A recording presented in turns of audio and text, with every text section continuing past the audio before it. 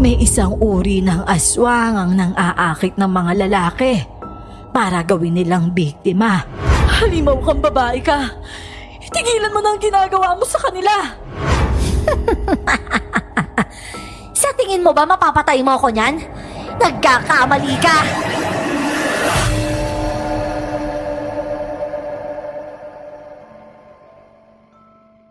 Dati hindi ako naniniwala sa mga aswang. Kahit na maraming kwento ang lola ko patungkol sa mga ito. Hindi naman kasi talaga kapanipaniwala, lalo na sa panahon ngayon. Pero nung namayapa ang lola ko at nakita ko ang diary niya sa ilalim ng kanyang damitan, nabigla ako. Sobrang luma na ng papel. Halos mapunit na ang mga pahina. Sa sobrang pagtataka ko, binasa ko yon. Alam kong mali ang makialam sa gamit niya.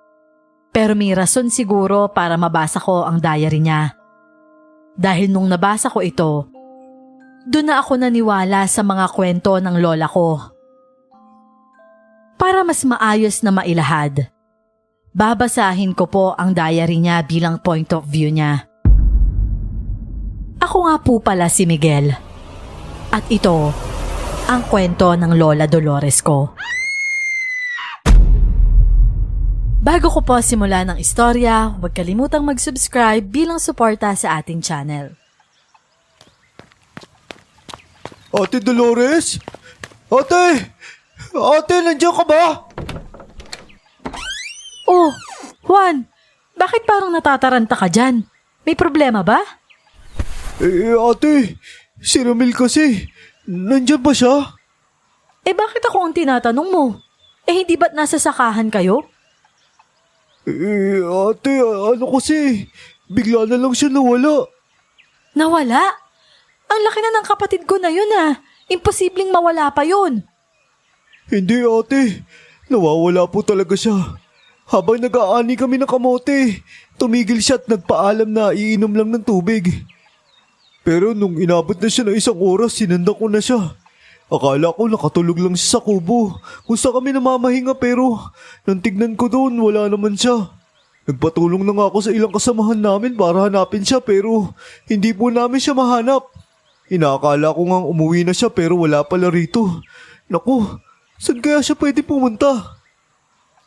Naku naman, saan naman kaya pumunta yun? Sige, puntahan na muna natin kaya si Tia at baka nandun siya.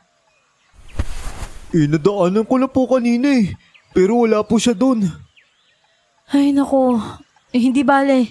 Umuwi ka na muna sa inyo at susubukan ko siyang hintayin dito sa bahay. Baka naman may pinuntahan lang yun. Sigurado ka ba ate? Oo, sigurado ako. Alam kong pagod ka mula sa pagtatrabaho. Huwag na muna tayong mag-alala ng husto. Baka nandyan lang siya sa tabi-tabi.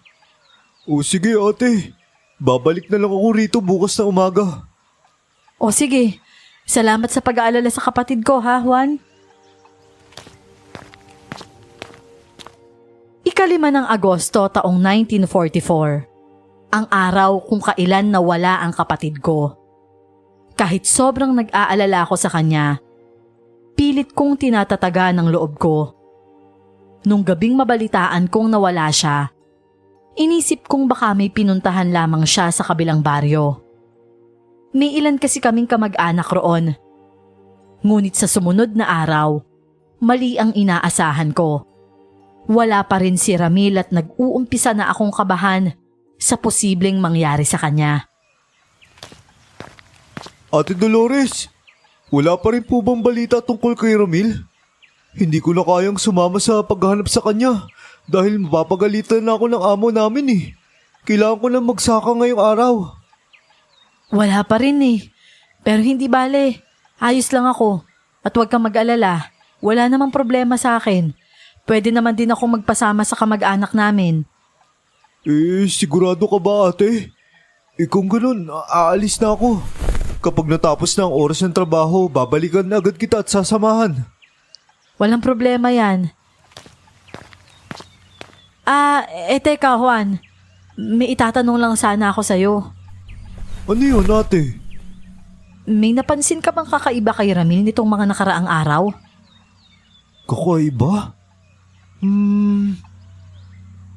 Meron, Ate Dolores. Parang isa doon yung madalas niyang kinukwento. Tungkol sa isang magandang babae. Naikukwento niya rin nga sa akin yan eh. Sa tingin mo ba, ate? Maaari kayong nakipagtanan siya sa isang babae? At bakit naman niya gagawin yun? Hindi ganong klaseng lalaki ang kapatid ko. Pero hindi natin alam. Pwedeng ganun nga yung ginawa niya. Kung ganun, isa yan sa gagawin kong batayan ng bigla niyang pagkawala. 2 araw akong naghanap kay Ramil. Pero hindi ko talaga siya mahanap. Sinuyod ko na ang lahat ng mga kapitbahay namin. Pati na ang mga kamag-anak namin sa kabilang baryo. Pero wala talaga siya. Kaya mas lalo akong nag-alala. Hindi ko na alam kung saan pa siya hahanapin. Hanggang sa nabigla ako nang bigla akong ipatawag ng matandang albularyo na si Nanay Luz. Si Nanay Luz ay nasa 80 na at nagretiro na bilang isang albularyo. Kilalang-kilala siya sa baryo namin dahil sa galing niyang manggamot. Nanay Luz? Tao po, nandyan po ba kayo? Dolores, nandyan ka na pala. Halika, pumasok ka dito. Pasensya na po, Nanay Luz. Kaya lang, nagmamadali po kasi ako dahil hinahanap ko pa po ang kapatid kong nawawala. Tungkol nga ito sa kapatid mo. Ayaw mo bang malaman? Ano ho? Tungkol po kay Ramil? Oo. Hindi ba at lagpas 2 araw na siyang nawawala? May kaunti akong sasabihin sa'yo patungkol sa maaaring kinalalagyan ngayon ng kapatid mo. Sigurado po ba kayo? Matanda na ako, Dolores. Pero kahit na matanda na ako, matalas pa rin ang memorya ko at mahusay pa rin ang mga prediksyon ko. Kaya halika na at pumasok ka muna. Naghanda ako ng makakain para sa'yo. Alam kong pagod ka na sa kahahanap sa kapatid mo. Napabuntong hininga na lamang ako bago tuluyang pumasok sa loob ng bahay ni Nanay Luz. Lumang-luma na ang bahay ni Nanay Luz. Hindi na naipaayos dahil siguro siya na lang naman ang nakatira sa bahay. Ang mga anak niya, puro nasa Maynila na at nakikipagsapalaran sa buhay, habang siya ay nanatili rito. Nang makaupo na ako sa may kawayang bangko, inilapag ni Nanay Luz ang isang tasa ng barakong kape at kamote bago siya naupo sa harapan ko.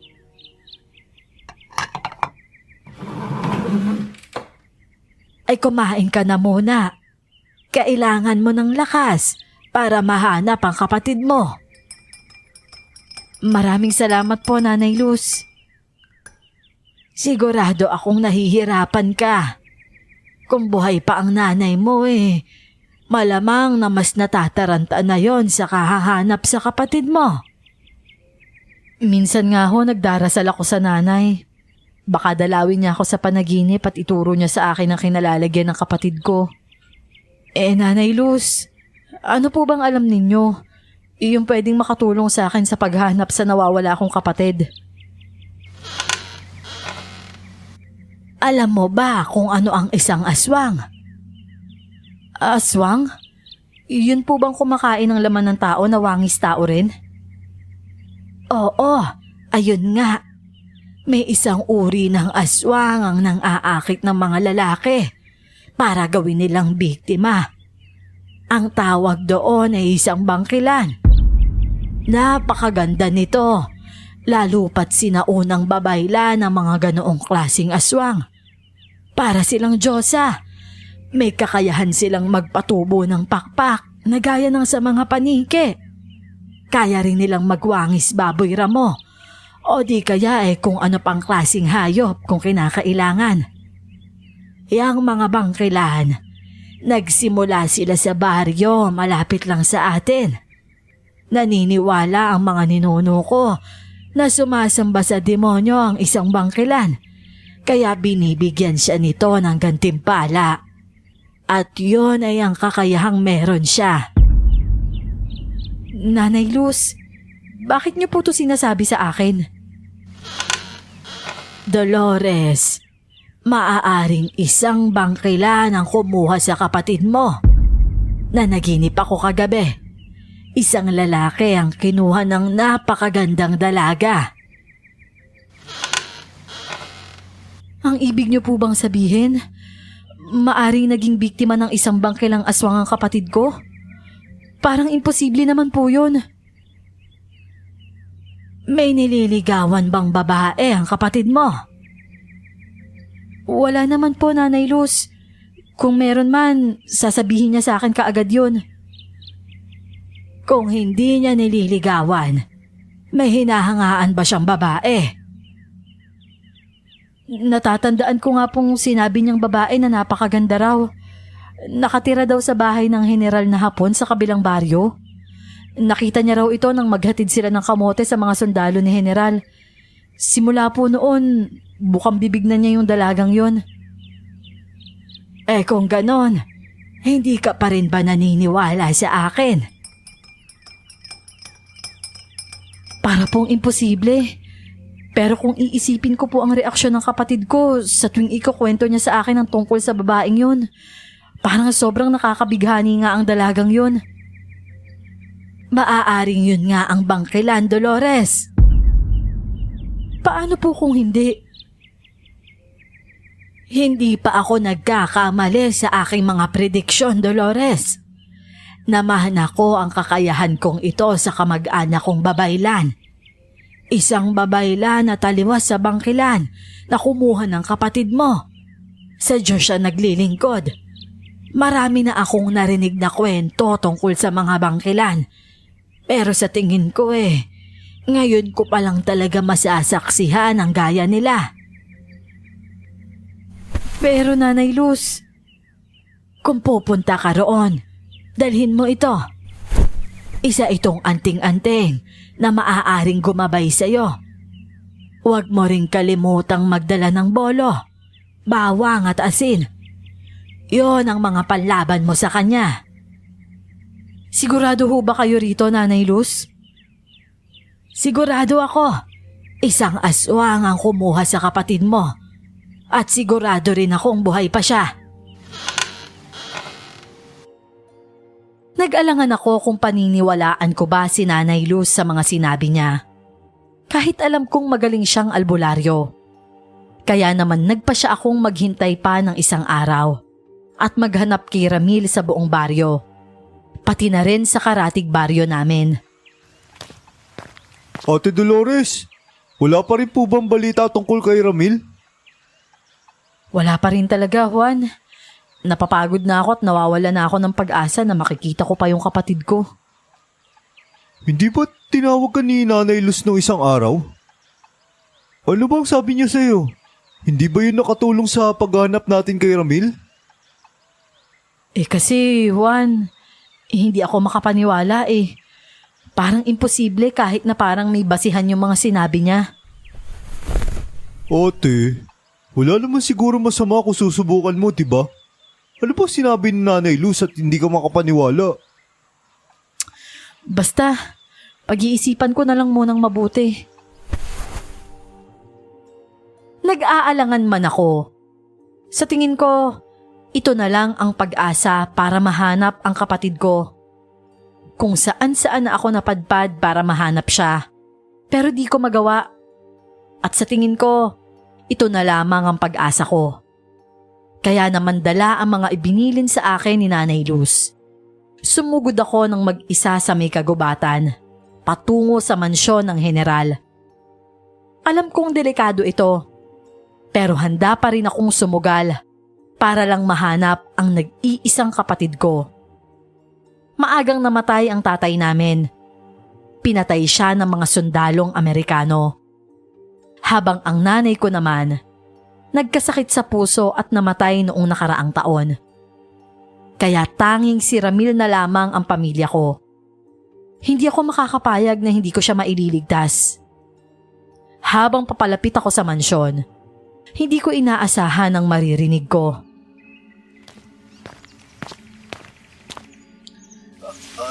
Tulong! Tulungan niyo ako! Nakarinig ako ng boses ng isang lalaki na tila ba naghihingalo. Sa isiping maaaring yon ang kapatid ko, kaagad kong hinagilap ang pinanggagalingan ng boses. Pakiusap!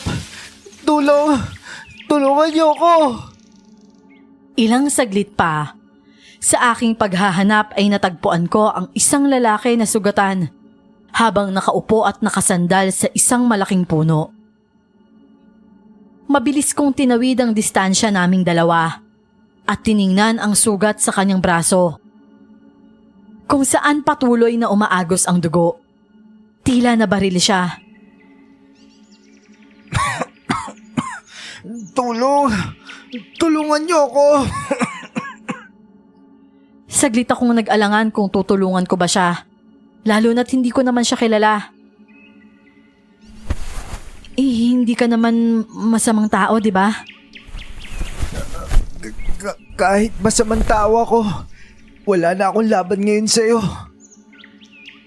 Sa bagay, teka, ano ba nangyari sa'yo? Bakit may tama ka ng baril? Ang mga baliw na yon, muntik na nila akong mahuli. Teka lang, huwag ka na muna magsalita. Ihahanap kita ng halamang gamot na maaaring makagamot sa'yo. Magpahinga ka na muna dyan. Kaagad akong naghanap ng gamot na maaaring ipangtapal sa kanyang sugat. Nang makahanap, binigyan ko siya ng tubig na baon ko. Inalis ko rin ang bala ng baril na nakabaon sa kanyang balikat. At gamit ang dahon ng bayabas, itinapal ko yon sa kanyang balat. Mabuti na lamang at hindi malalim ang sugat. Ilang minuto nawala ng malay ang lalaki. Bala ko na sana siyang iwan at ipagpatuloy ang paghahanap sa kapatid ko. Pero napansin kong inaapoy siya ng lagnat, kaya hindi ko nagawa. Nanatili ako sa tabi niya hanggang humupa ang kanyang lagnat at magising siya. Nasaan ako? Sino ka? Hindi mo ako natatandaan? Ako ang tumulong sa'yo at gumamot sa sugat mo. Ganun ba? Kailangan ko na umalis. Kailangan ko ipaalam sa lahat ang tungkol sa nakita ko. Teka, anong nakita mo? Ano bang ginagawa mo dito? Delikado ang lugar na to para sa isang babaeng gaya mo. Tinatanong kita, anong nakita mo? Ang mabuti pa, bumalik na muna tayo at habang naglalakad pabalik, ikukwento ko sa'yo. Hindi, kailangan kong iligtas ang kapatid ko. May kumuha sa kanya at kailangan niya ako. Ililigtas mo yung kapatid mo? Saan?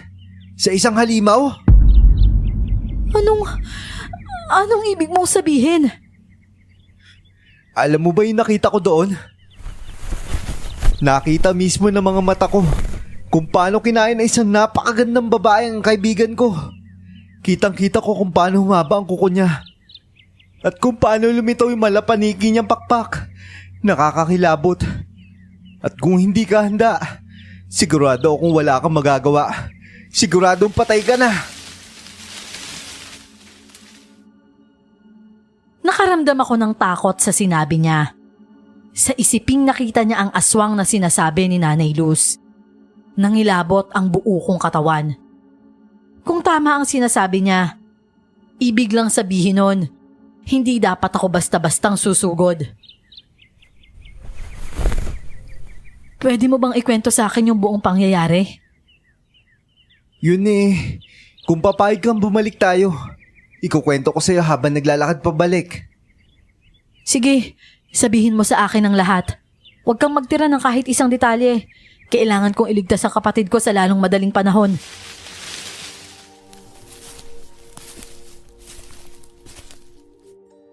Nag-umpisa na kaming maglakad pabalik sa baryo.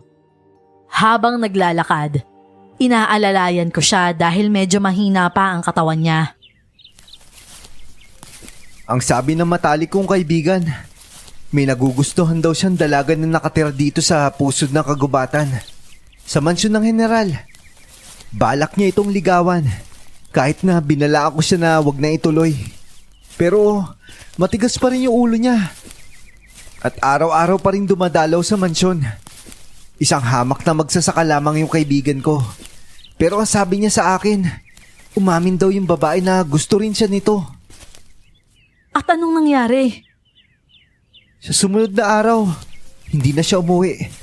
Siya na lamang ang natitira sa akin eh. Wala na akong pamilya. Kaya ganun na lang yung pagpapahalaga ko sa kanya.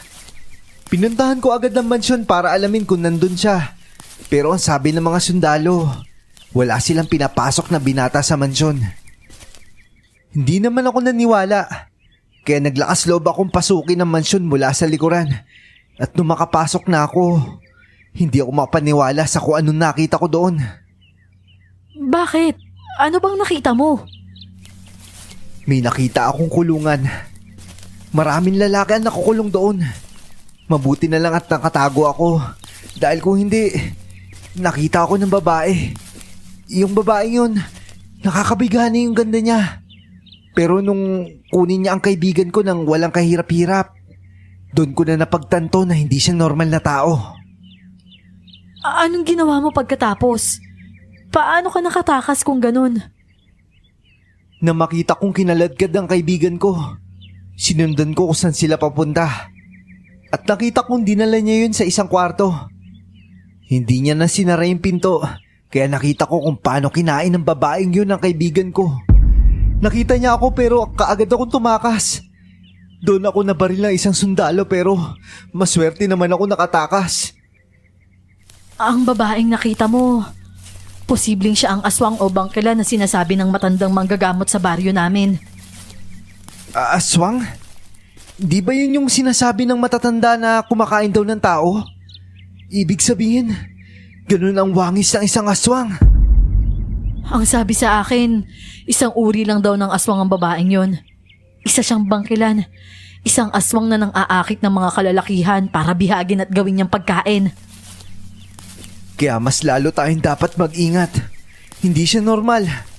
Hindi lang ang mga sundalong kailangan natin labanan. Pati na siya na hindi kailangan ng armas. May mga pangontra naman akong dala.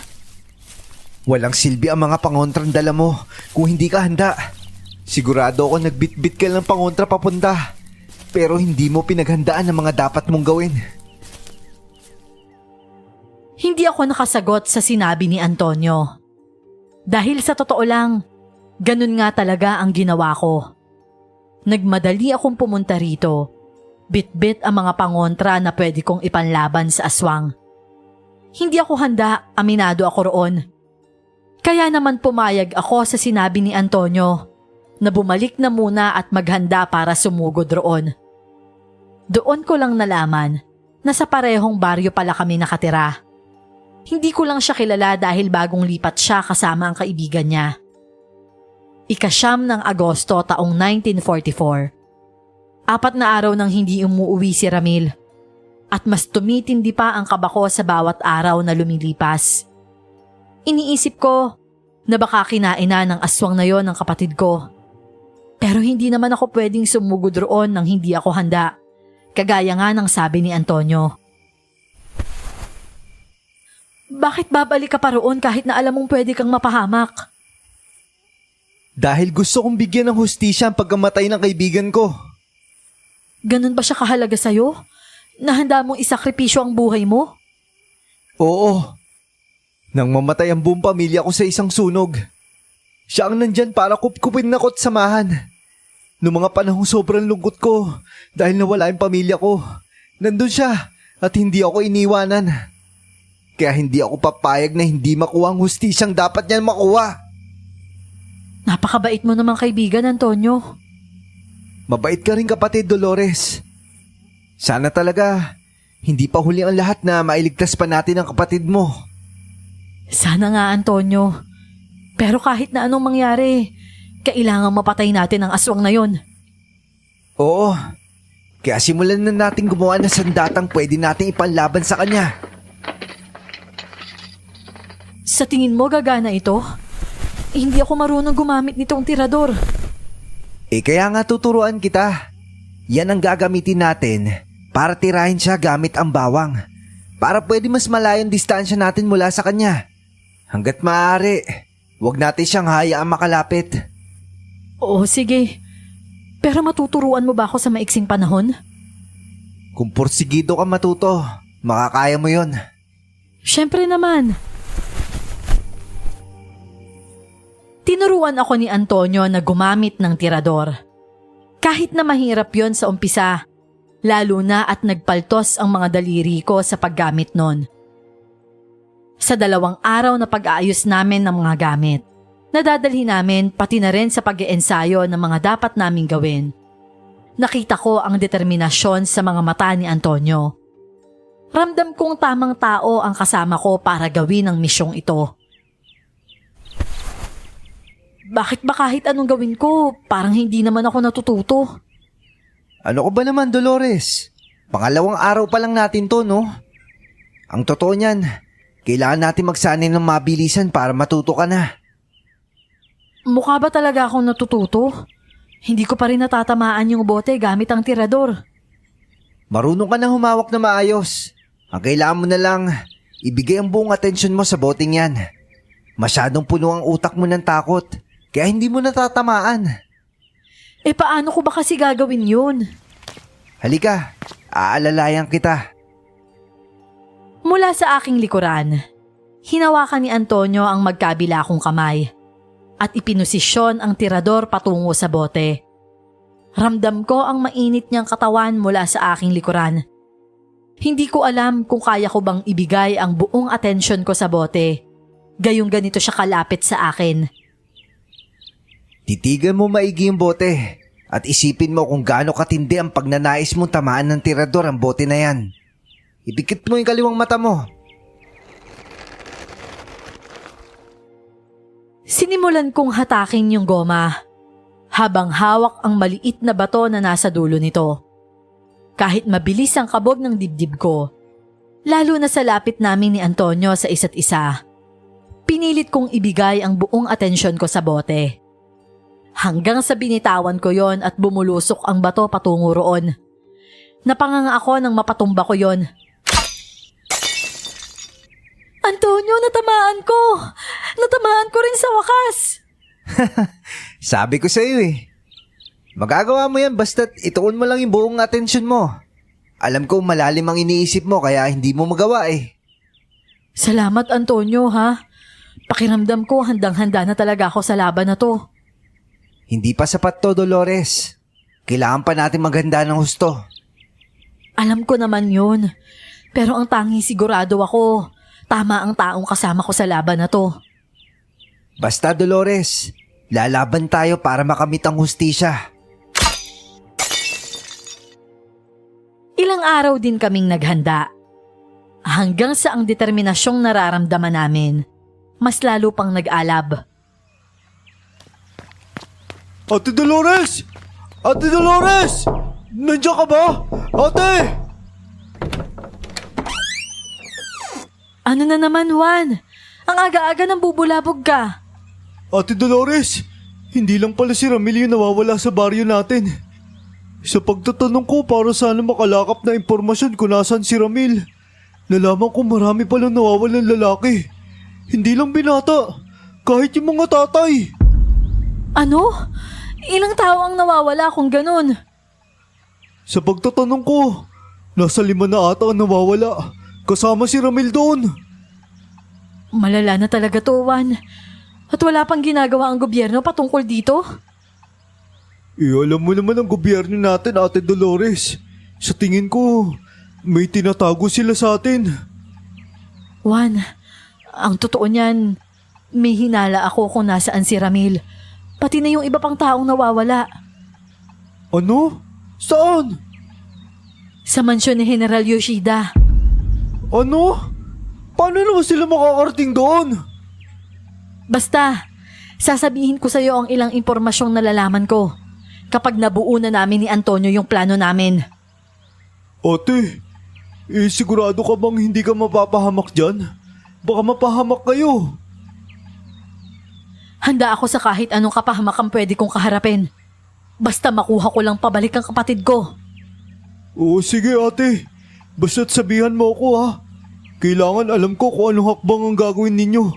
Kaibigan ko si Ramil at pwede ako tumulong kung kinakailangan. Huwag ka mag-alala. Sasabihan kita sa kung ano mang magiging plano.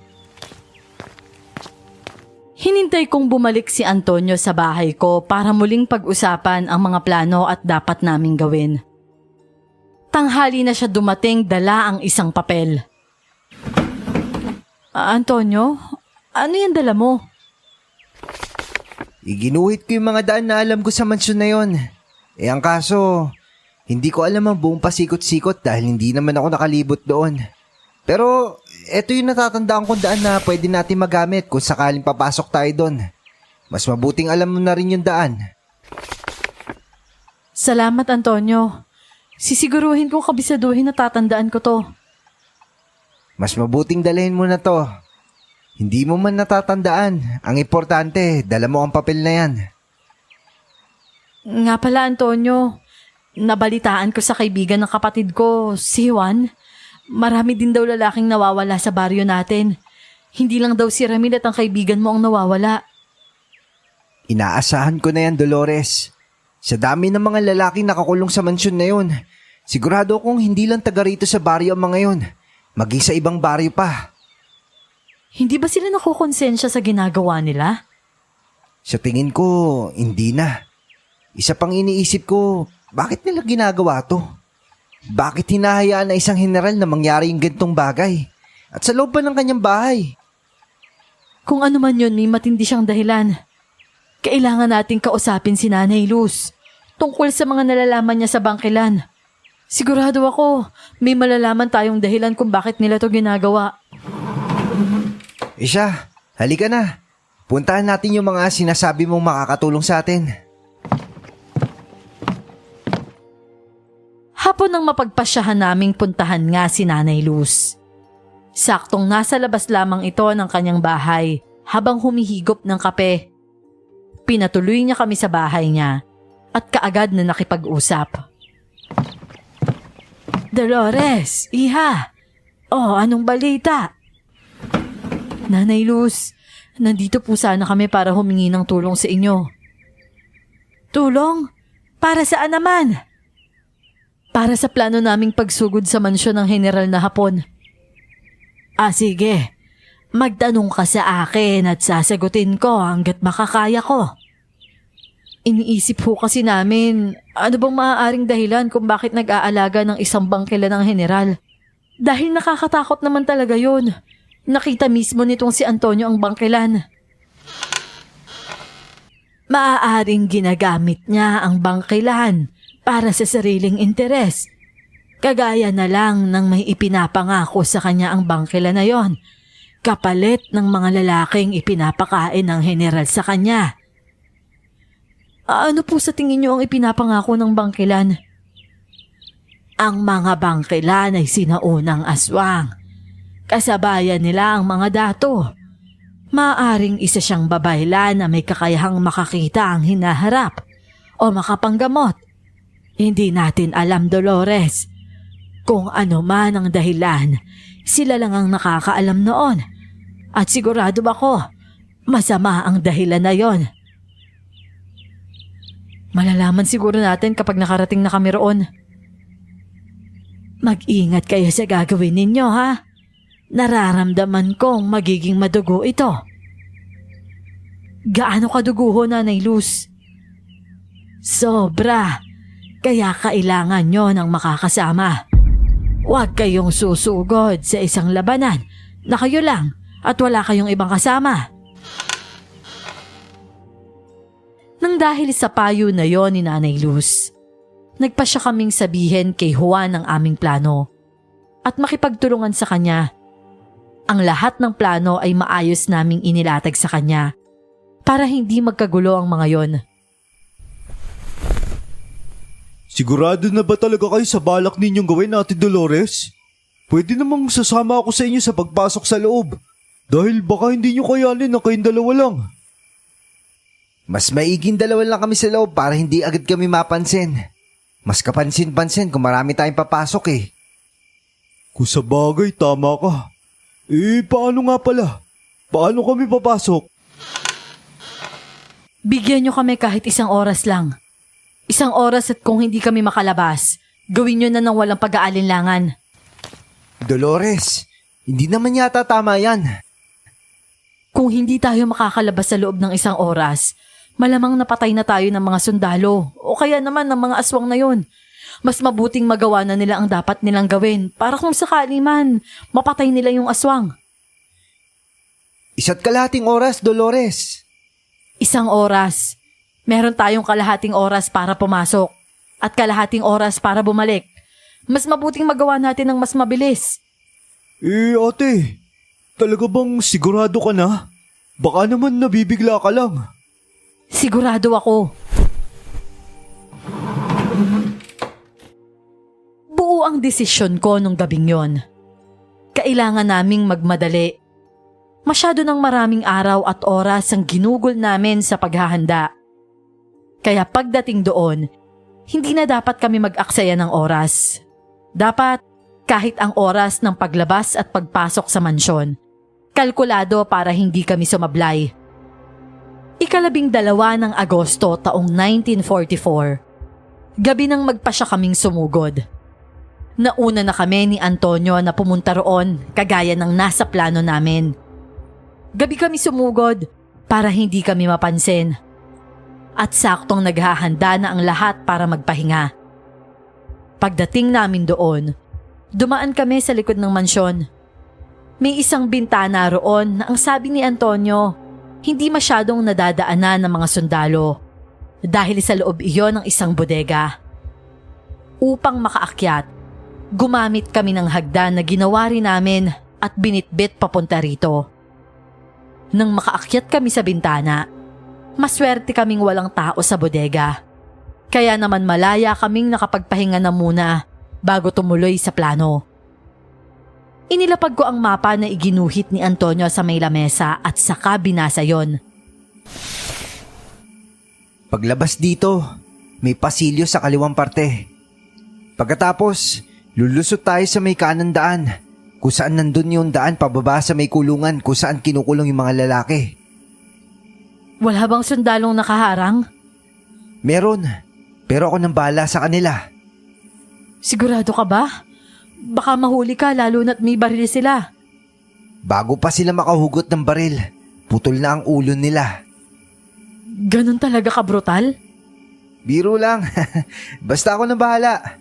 Mauna kang bumaba ron at susundan na kita. Kung sakali may sundalo sa loob, ikaw nang bahala magtago ha. Oo, sige Antonio. Mag-ingat tayo pareho ha. Pagkatapos ng saglit na pag-uusap namin ni Antonio, dahan-dahang binuksan niya ang pinto at sumilip kung may tao ba sa labas. Nang masigurong wala, sinenyasan niya akong lumabas na rin kasunod niya.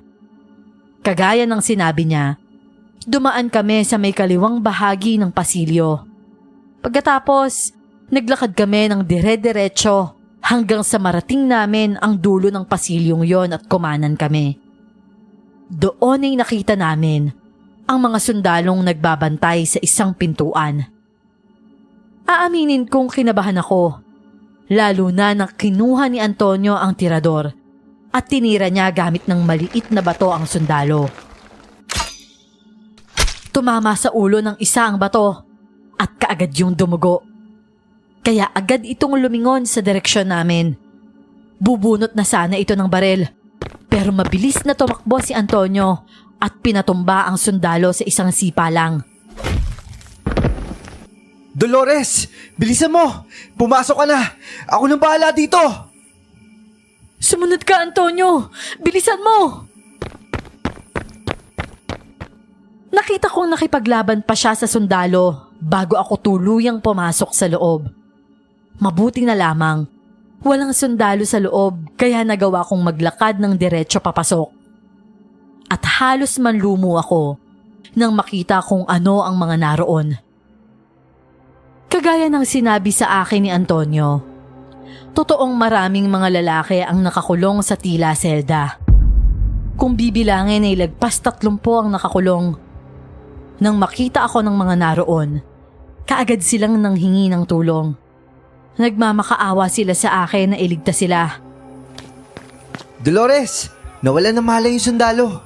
Nakuha ko yung susi sa kanya. Hanapin na natin yung kapatid mo. Pero paano sila? Saglit na natigilan si Antonio nang ituro ko ang iba pang nakakulong sa loob ng selda. Ramdam ko ang matinding konsensya na bumabalot sa buong pagkatao ko. Lalo kung hindi ko sila tutulungan.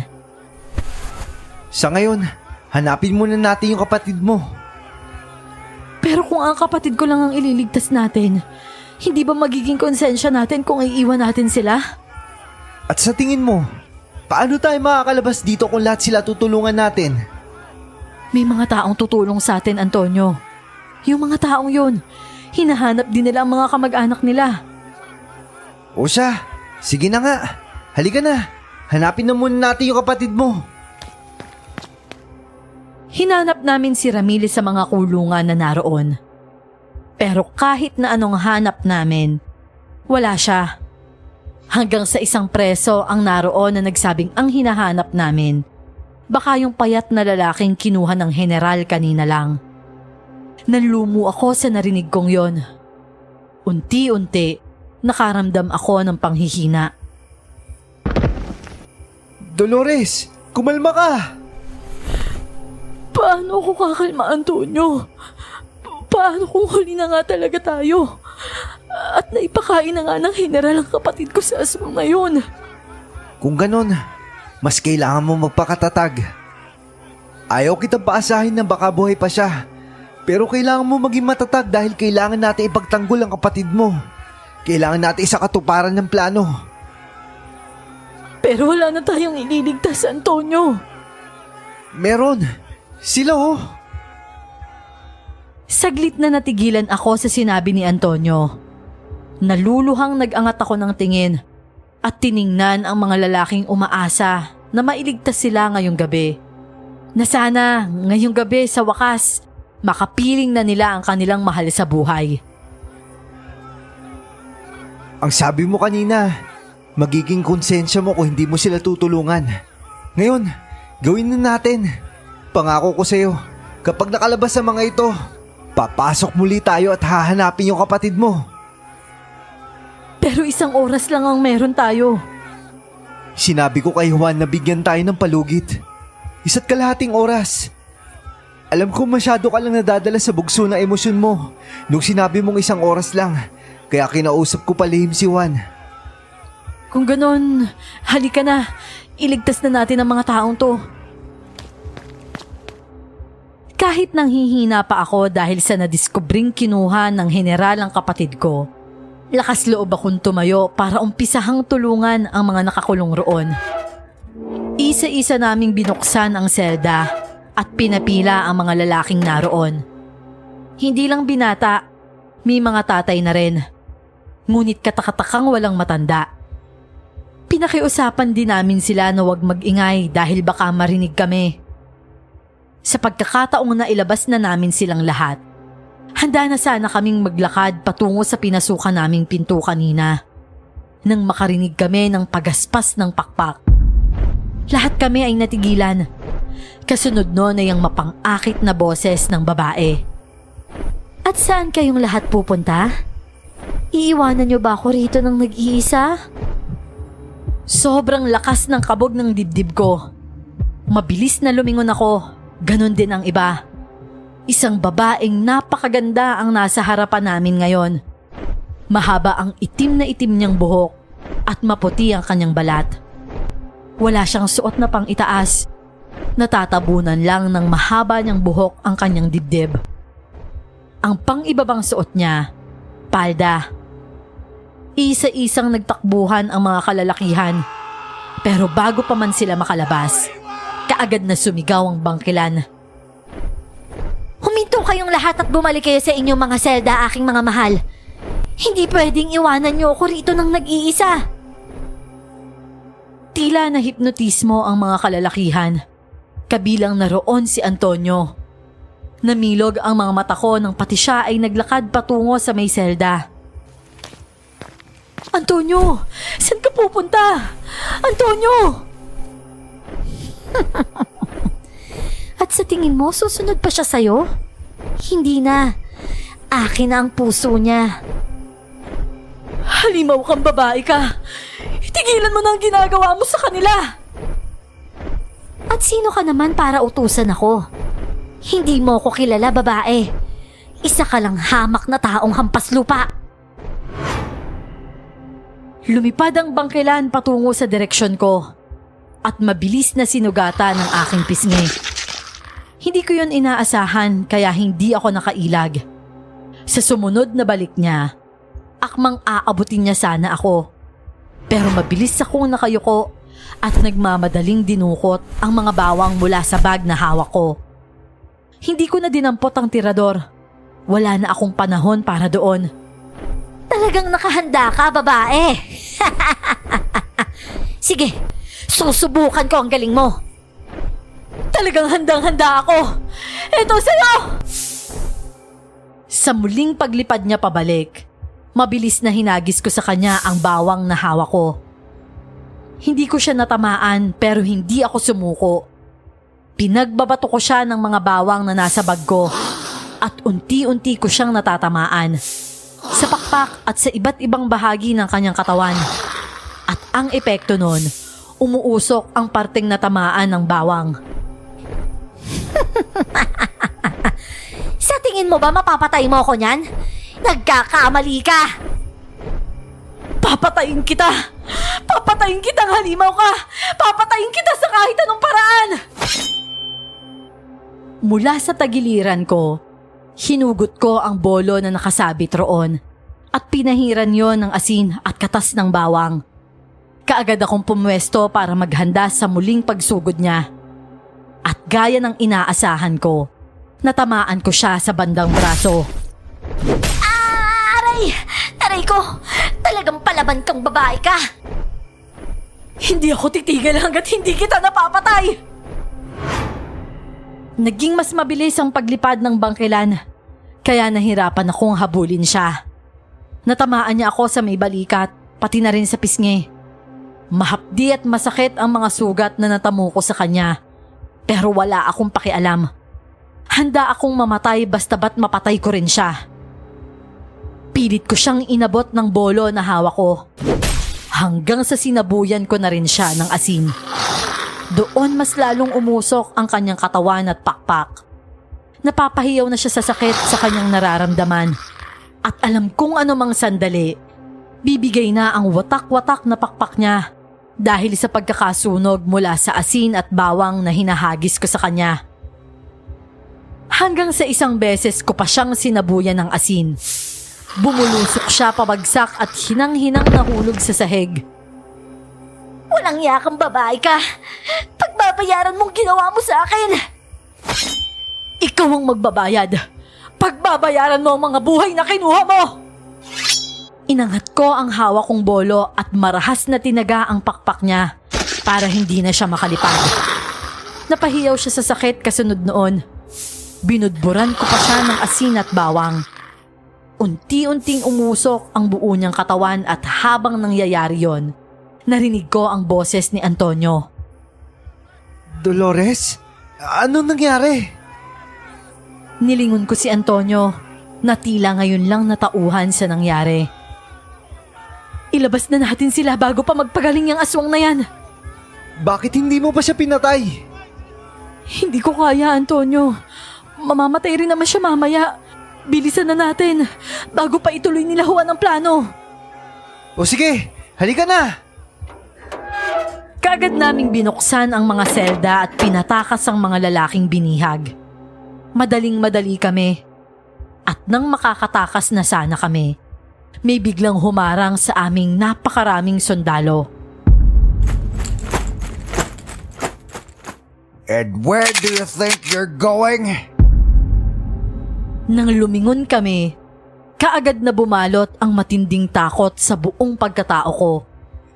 Nang makita ang kapatid ko na hawak ng mga sundalo, kasama pa ng mga ito ang general. Ramil, Diyos ko po, kapatid ko!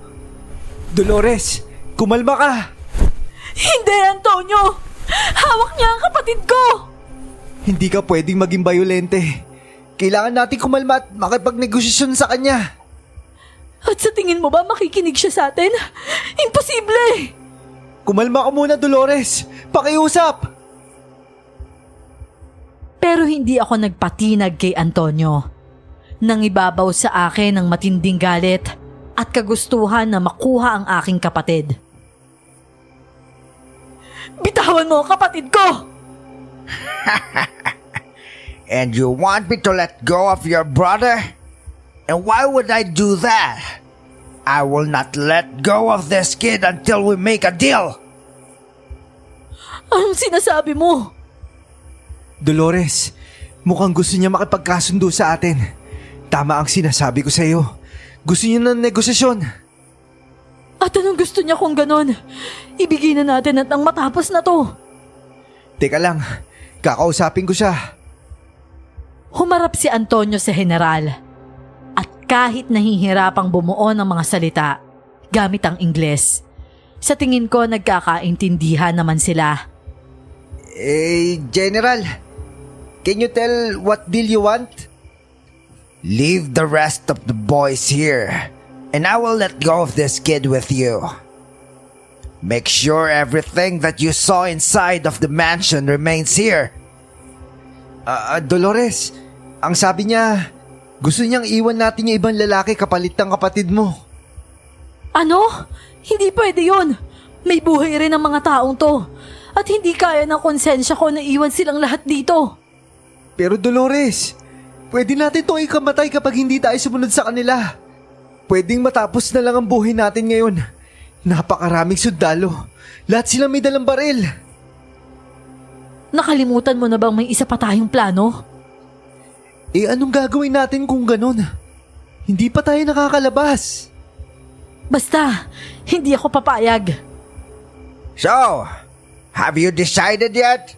You must decide now, or I will let this kid be eaten by my goddess. Goddess? You mean that monster? Oh, so you've seen the goddess. That goddess is our strength, the source of power, wealth, and our future. So we need to take care of her. Sira ulo pala to, Dolores eh. Bugok pala to. Nag-aalaga ng aswang.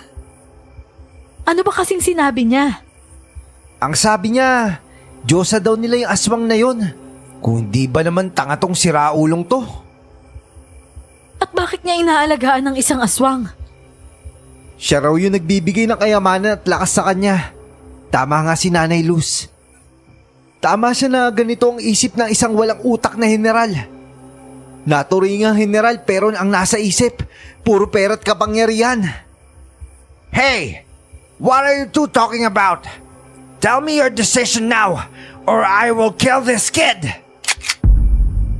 Hindi ako papayag na iwan silang lahat dito. May mga pamilya rin sila kagaya ng kapatid ko.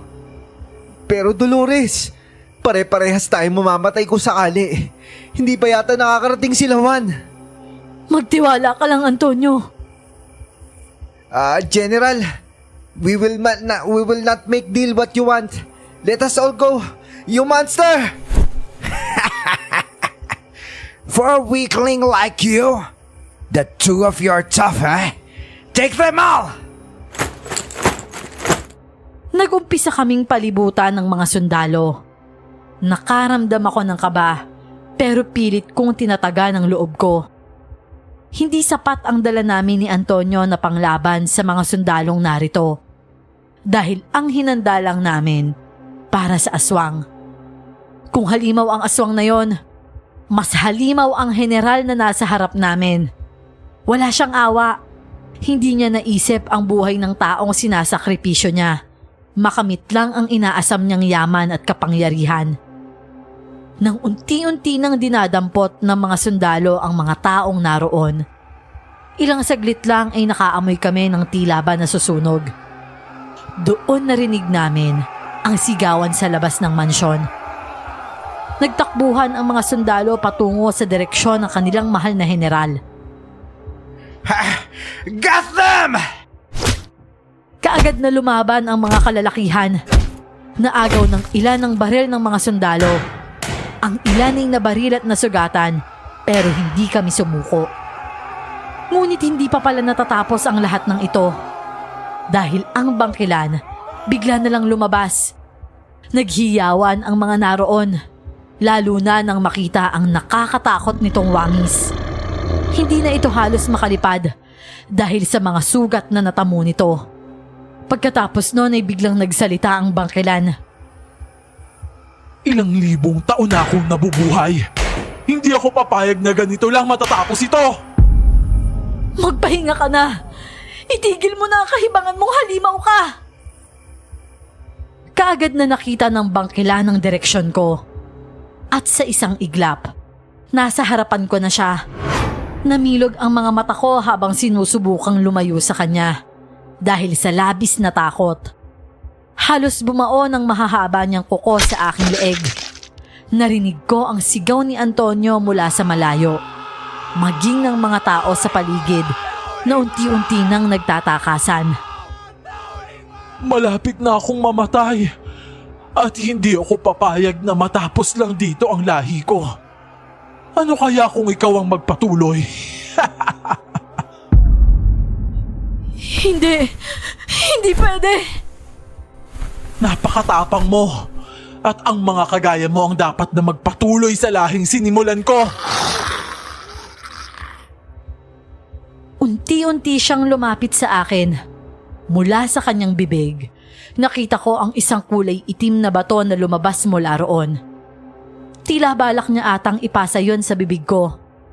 Kaya nagmamadali akong nagpumiglas. Ginawa ko ang lahat para makatakas sa kanya. Pero hindi ko magawa dahil sa lakas niya. Hanggang sa napahiyaw ito sa sakit nang may tumamang matalas na bagay sa kanyang likuran. Nahulog ang itim na bilog na bagay sa kanyang bibig. Kasunod nun ay ang muling paghampas ng bolo sa kanyang likuran. Nakita ko si Antonio doon. Antonio!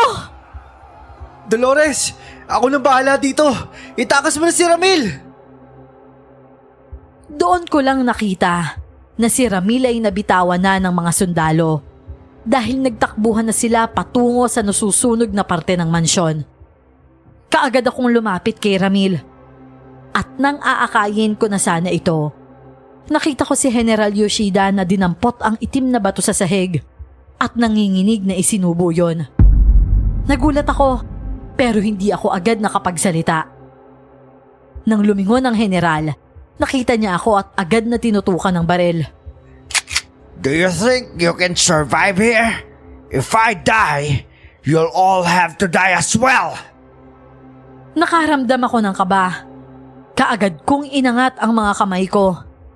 At nang handa na akong mamatay, nakarinig ako ng malakas na pagputok ng baril. Doon bumagsak ang general na nasa harap ko. Dolores, bilisan nyo na! Kumakalat na yung apoy! Pero paano ka? Tutulungan ko muna makatakas ang lahat. Huwag ka mag-alala. Makakalabas ako ng buhay. Tuluyan kong tinulungan si Ramil sa pagtayo para makalabas na kami sa mansyon. Halos hindi na makapagsalita ang kapatid ko ng dahil sa panghihina. Halatang nabugbog siya dahil sa mga galos at pasa na mayroon siya. Nang makalabas na kami ng mansyon, naabutan ko si Juan na papasok naman ng mansyon habang hawak ang isang itak. Napakarami ding tao na nasa likuran niya. Ate Dolores! Si Ramil ba yan? Oo, siya nga. Mabuti at nakarating kayo. Diyos ko, Ramil! Si Antonio nasa loob pa. Nilalabanan ng mga sundalo. Hindi bale. Kami nang bahala. Itakas mo si Ramil bago pa kumalat ng husto yung apoy. Iligtas mo si Antonio. Huwag ka magalala, ate. Ako nang bahala. Nang pumasok na si Juan sa loob, napadasal na lamang ako na sana maging maayos ang lahat at makalabas ng ligtas si Antonio, kasama na ang iba pa. Ate, Kamusta si Ramil? Ayos naman siya. Nagpapahinga siya sa loob ng bahay. Siguro hindi siya nakatulog ng maayos doon. Sino ba naman ang makakatulog na maayos sa lugar na yun, di ba? Sigurado ako napakahirap ng pinagdaanan ni Ramil sa kamay ng mga walang pusong dayuhan na yun. Ayoko nang isipin pa kung ano mga pinagdaanan niya, Juan. Ang importante sa ngayon, ligtas na siya. At ang kailangan na lang niya ngayon yung magpagaling sa mga sugat na natamo niya. Hindi lang pisikal na sugat ang natamo niya, ate, kundi pati emosyonal. Nasaktan siya. Handa rin akong gabayan siya. Salamat, Juan, ah. Bihira ang magkaroon ng isang kaibigan na kagaya mo. Parang kapatid na rin ang turing ko kay Ramil.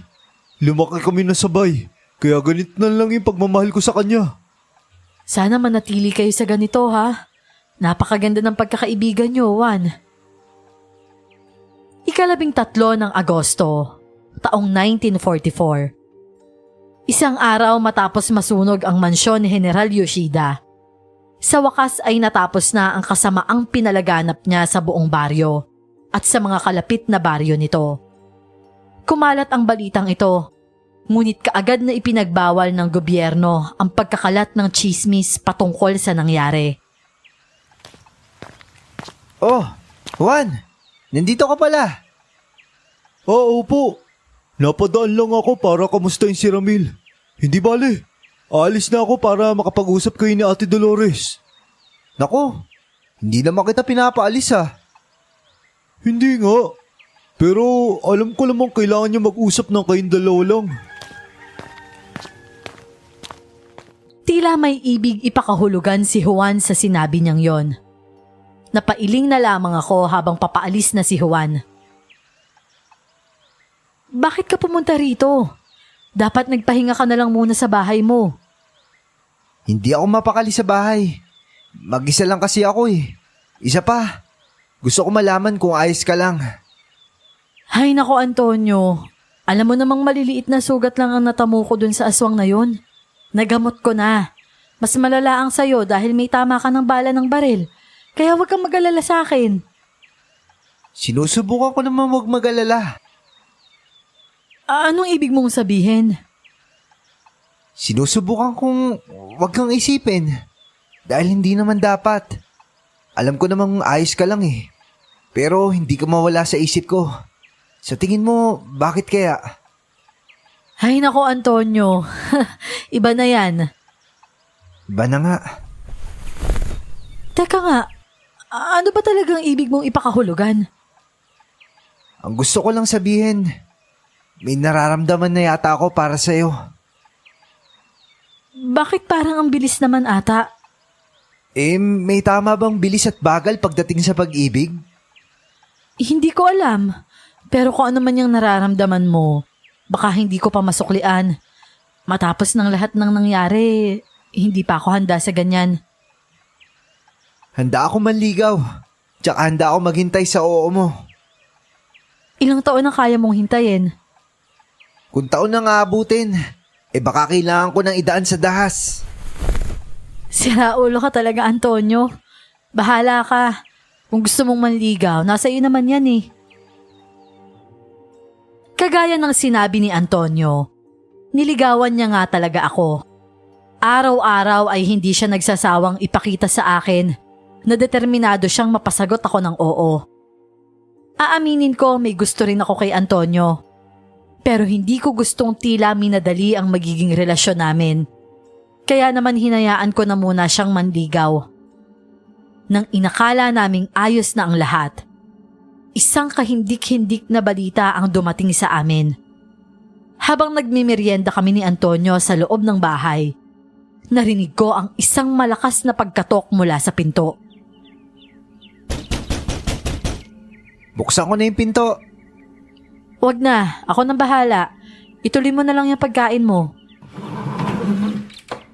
Tumayo ako mula sa silya at dumiretso sa pinto. Nakita ko roon si Juan na tila kabado. Oh, Juan! Anong nangyari sa'yo? Ate Dolores, sigurado ka bang namatay yung aswang? Oo, namatay siya. Kitang-kita ng mga mata ko kung paano siya bumagsak nung saksakin siya ni Antonio. Pero ate, may natagpuan raw na mag-asawang wakwakin dyan sa may ilog. Ano? Kailan nakita? Kanina lang din ate. Ayon sa bali-balita, kagabi pa yun. Pero ngayong umaga lang nakita. Diyos ko po naman. Pero imposibleng buhay pa ang bangkilan. Nakita kong nailuwa niya ang isang itim na bato. Ang sabi rin ni Nanay Luz, patay na talaga ang bangkilan dahil hindi na niya nararamdaman ang presensya nito. Kung nailuwa niya na itim na bato. Yung general, si General Yoshida. Nakita ko siyang isinubo ang itim na batong iniluwa ng bangkilan. Ibig sabihin, baka siya na yung kasunod ng bangkilan. Diyos ko, akala ko tapos na. Oh, anong pinag-uusapan niyo dyan? Antonio, may natagpuan daw na mag-asawang wakwak andyan sa may bandang ilog. Sigurado ako, yung general na yon. Dahil nakita ko siyang isinubo ang itim na bato ng bangkila nung iluwa niya. Ano? Ibig sabihin, hindi pa pala tapos to? Pero teka, nabaril ko si General Yoshida. Paano nabuhay pa siya? Yan ang hindi natin alam. Paano nangyaring nakaligtas siya sa bala ng baril na tumama sa kanya? Pati na rin sa apoy na sumunog sa buong mansyon. Hindi lang nag-iisa yung bangkilan? Hindi kaya nagpasa na siya ng lahi niya bago pa man siya mamatay? Posible yan, Juan. Ang sabi niya kasi sa akin, hindi siya papayag na matapos ang lahi niya. Gayong ilang daang taon na siyang nabubuhay. Huwag kayong matakot. Haharapin natin yung mga aswang. Nakapatay na tayo ng isa. Kaya hindi imposibleng mapatay rin natin yung iba. Pero paano kung marami na nga sila? Hindi hahayaan ng gobyerno na kumalat ang isang balita gaya nito. Kung ganon, tayo magpapalaganap ng balita sa mga tao para alam nilang dapat silang mag-ingat lalo na sa gabi. Sige, huwag na tayong mag-aksaya pa ng oras. Kailangang ipaalam na natin sa lahat ang balitang to. Kagaya ng napag-usapan namin, pasikreto naming ipinaalam sa mga taga-baryo ang tungkol sa nalalaman namin. Nagdulot yun ng takot, pero ang importante, na ipaalam namin na may dapat silang katakutan at hindi na sila lalabas pa sa gabi. Pero ang hindi namin inaasahan. Dolores, may balita na naman tungkol sa aswang. May bahay na winasak ang bubong at nakapasok ito sa loob. Isang buntis ang wakwakan dyan at wala na yung sanggol. Sumusobra na talaga sila. Sa kahit anong paraan, gagawin niya para lang makakain siya ng tao. Sa tingin ko, hindi na lang babalaan dapat natin gawin sa ganitong sitwasyon. Kailangan natin kumilos. At anong gagawin natin? Alamin natin kung sinong susunod niyang biktima. At sa paanong paraan naman? Ganito, kausapin natin si Juan. At sabihan siya na alamin kung sino-sino yung mga buntis sa baryo natin. Mas maigi rin kung pati yung mga nasa labas pa ng 10 oras ng gabi. Pagkatapos nating alamin ng mga yon, paano natin malalaman kung sino ang susunod na biktima? Kaya kailangan natin kausapin si Nanay Luz para dyan. Kung ganun, dumiretso na tayo kay Nanay Luz para kausapin siya at alamin natin kung may pwede ba siyang maitulong sa atin. Dumiretso kaagad kami ni Antonio sa bahay ni Nanay Luz para kausapin siya. Naabutan namin siyang abala sa pagwawalis sa harap ng kanyang bahay. At nang makita niya kami, tila nasiyahan siya. Noong isang araw ko pa kayo gustong makausap. Kaya lang, wala akong makausap na pwedeng tumawag sa inyo papunta rito sa bahay ko. Bakit ho, Nanay Luz? May nalaman ho ba kayo? Meron. Hali kayo sa loob at sasabihin ko sa inyo. Kaagad naman kaming sumunod kay Nanay Luz. Pagpasok namin sa loob, hindi na pinatagal pa ni Nanay Luz at kaagad niya nang sinabi sa amin kung ano ang nalalaman niya. Hindi ko na ito pahahabain pa. Nakita ko sa panaginip ko yung aswang na gumagala sa baryo natin at sa Karatig Baryo. Sigurado ako, may lahing Hapon ang isa. Pero hindi lang yon, may kasama pa siyang 2. 3 silang iba-ibang sumasalakay rito. Sigurado ako ang general yun. Buhay pa siya. Alam niyo ho ba kung saan namin sila pwedeng makita? Nagtatago sila sa gubat. Sa isang maliit na bahay kubo. Hindi kalayuan sa nasunog na mansyon ng general. Pero mag-iingat kayo dahil mapanganib pa ang aswang na ito. Isa siyang bagong yanggaw at hayok ito sa laman ng tao.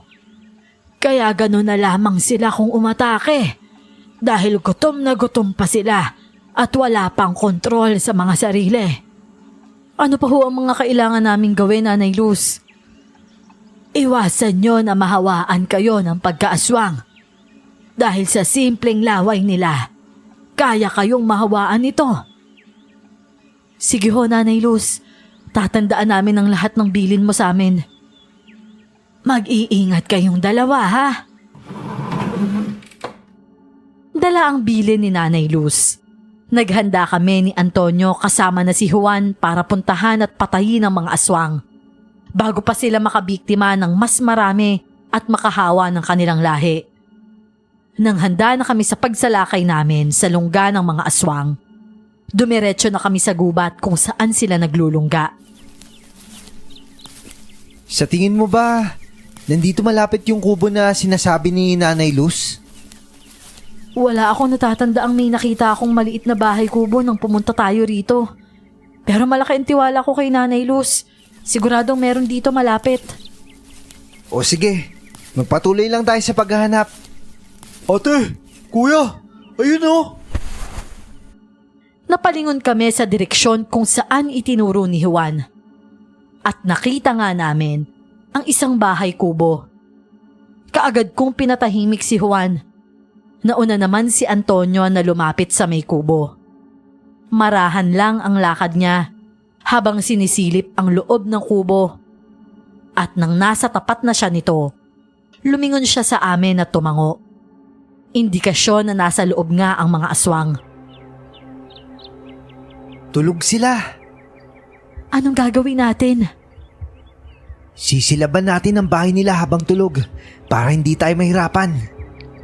Kung ganun, ano pang hinihintay natin? Ako nang magbubuhos ng gasolina. Kaagad na ginawa ni Juan ang dapat gawin. May dala kaming gasolina dahil balak talaga naming sunugin ang munting kubo nila. Ang sabi kasi ni Nanay Luz, tulog raw sa umaga ang mga bagong yanggaw dahil sa pagod nila mula sa ginawa nila ng gabi. Hindi lang yon, takot pa sa liwanag at araw ang mga kagaya nila dahil hindi pa nasasanay ang mga ito sa bago nilang pagkatao.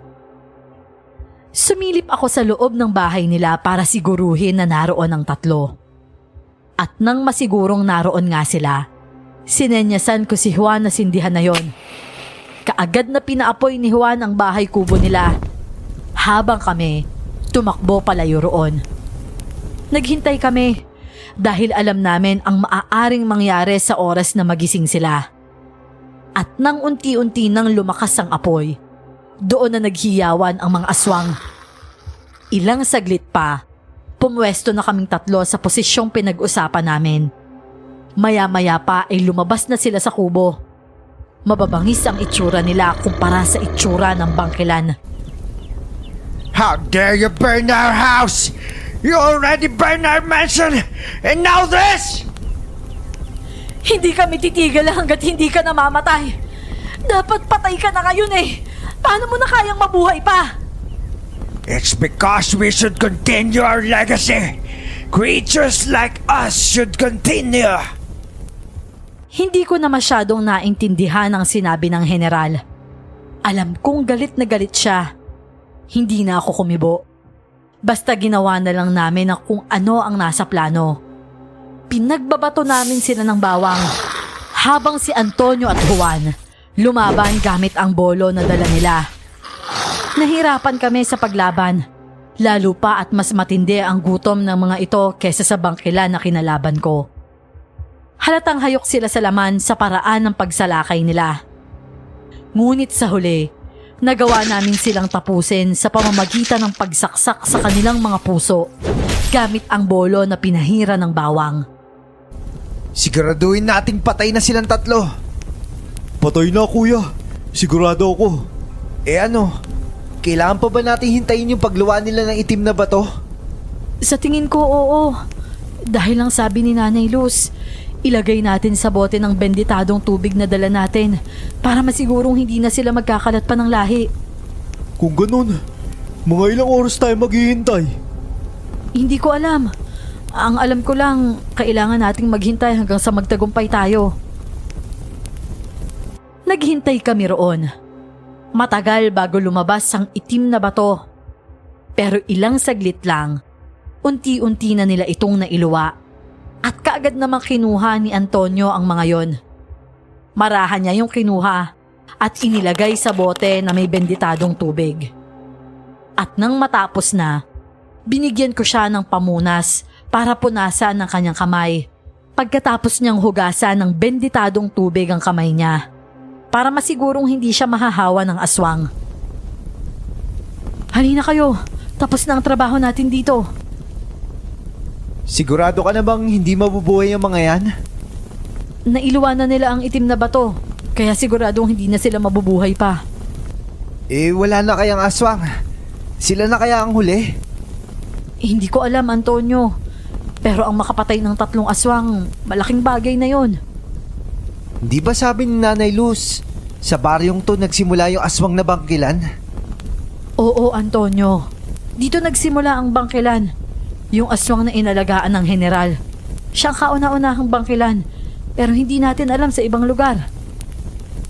Kung ganun, anong gagawin natin?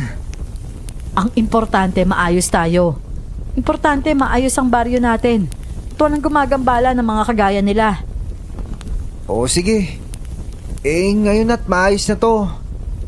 Baka naman pwede mong sagutin mo na ako. Sabi ko na nanliligaw ka kay Ate Dolores. Masyado bang halata? Ano ka ba, Antonio? Nakakahiya. Bakit dito ka pa talaga nagtanong kung kailan naman kasama natin si Juan? Pasensya na, Dolores. Hindi ko lang mapigilan eh. Ay nako, bahala ka nga dyan. Nang dahil sa kahihiyan na nararamdaman ko, kaagad akong tumakbo palayo sa kanila para hindi nila makita kung gaano ako namumula ngayon nang dahil sa labis na hiya.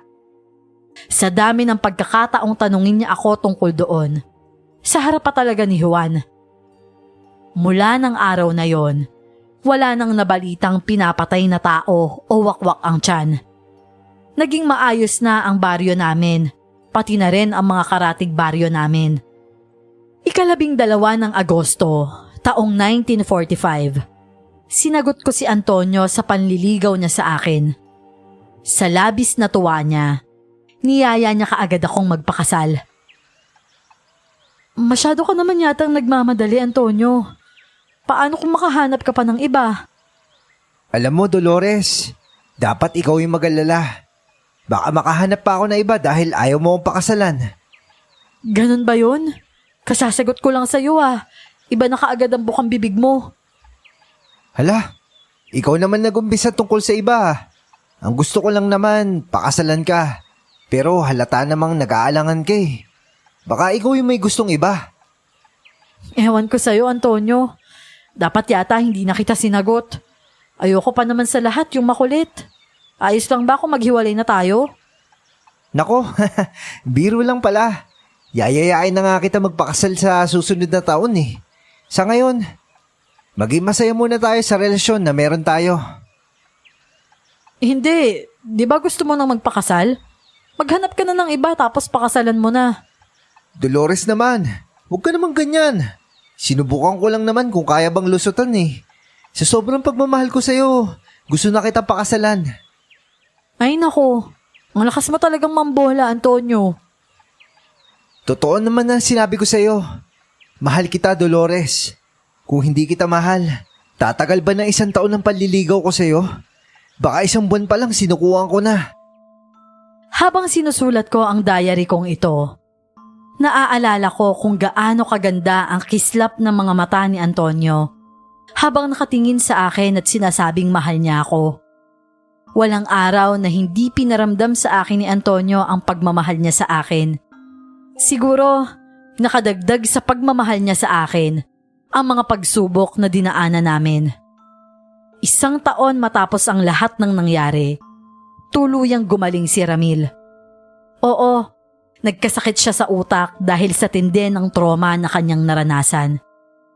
1 taon akong nagtiis habang inaalagaan siya dahil hindi ko maintindihan ang kanyang sitwasyon. Pero naroon si Antonio at Juan na handang tumulong sa akin para kay Ramil. At laking pasalamat ko na may kasama akong gaya nila. Matapos ang 1 taong relasyon ni Lolo Antonio at Lola Dolores, Miss Clar, ikinasal sila. Napakaganda ng pagmamahalan nila. Nakakainggit. Lalo na't siguradong konti na lang ang ganong love story ngayon. Maraming salamat po sa pagtampok ng kwento ng lolo at lola ko, Miss Clar. Ako po muli ito, si Miguel, lubos na gumagalang.